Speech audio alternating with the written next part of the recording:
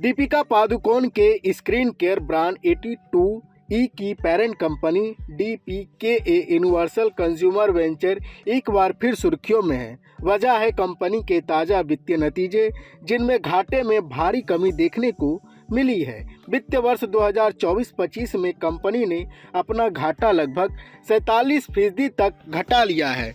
पिछले साल जहां कंपनी को 23.4 करोड़ रुपया का नुकसान हुआ था, वहीं इस साल यह घाटा 12.7 करोड़ रुपया रह गया। यह जानकारी मनी कंट्रोल ने MCA फाइलिंग के आधार पर जारी की है। घाटा कम होने की बड़ी वजह है कंपनी का खर्च कम करना। इस साल कंपनी का कुल खर्च घटकर 25.9 करोड़ रुपया रह गया, जबकि पिछले साल यह 47.1 करोड़ रुपया था।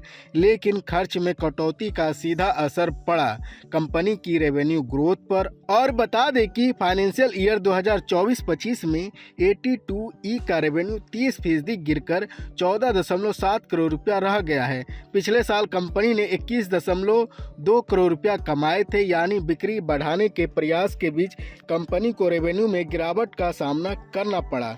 बता दें कि सबसे ज़्यादा कटौती कंपनी के मार्केटिंग खर्च में की है। पिछले साल जहां मार्केटिंग पर 20 करोड़ रुपया खर्च किए थे, वहीं इस बार यह घटकर सिर्फ 4.4 करोड़ रुपया रह गया है। इससे साफ पता चलता है कि कंपनी के कस्टमर एक्विजिशन पर अपना जोर कम कर दिया है, क्योंकि पिछले साल किए गए बड़े मार्केटिंग खर्च से कंपनी को वैसा फायदा नहीं मिल पाया। प्रतिस्पर्धा की बात करें तो 82E कई D2C ब्रांड्स जैसे फॉक्सटेल, एम कैफिन और पलम के साथ साथ प्रीमियम इंटरनेशनल ब्रांड जैसे एस्टी लॉडर और लॉकिस्टन से भी मुकाबला कर रहा है। कंपनी अपनी को फाउंडर और ब्रांड एम्बेसडर दीपिका पादुकोण की लोकप्रियता का फायदा भी उठाने की कोशिश कर रही है। इसके प्रोडक्ट की कीमत आमतौर पर 2500 रुपया से 4000 रुपया के बीच रहती है। इसके अलावा 82E को नायका और कैटरीना कैफ के ब्यूटी ब्रांड जैसे स्थापित प्लेयर में भी टक्कर मिल रही है।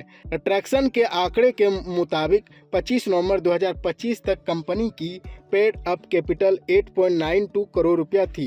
कंपनी में दीपिका पादुकोण और प्रकाश रमेश पादुकोण डायरेक्टर है, जबकि दीपिका और जिगर के शाह इसके को फाउंडर है। शेयर होल्डिंग स्ट्रक्चर पर नज़र डालें तो संस्थापकों के पास 58.3% दीपिका पादुकोण, फैमिली ऑफिस के पास 6.2% और एंजल निवेशकों के पास 14.6% हिस्सेदारी है। कंपनी की ओर से इस पूरे डेवलपमेंट पर कोई आधिकारिक प्रतिक्रिया नहीं दी गई। वहीं आपको बता दें कि घाटा जरूर कम हुआ है, लेकिन बिक्री में आई गिरावट और कम होते मार्केटिंग बजट को देखते हुए यह साफ है कि 82E अभी भी बाजार में अपनी मजबूत पकड़ बनाने की कोशिश में है।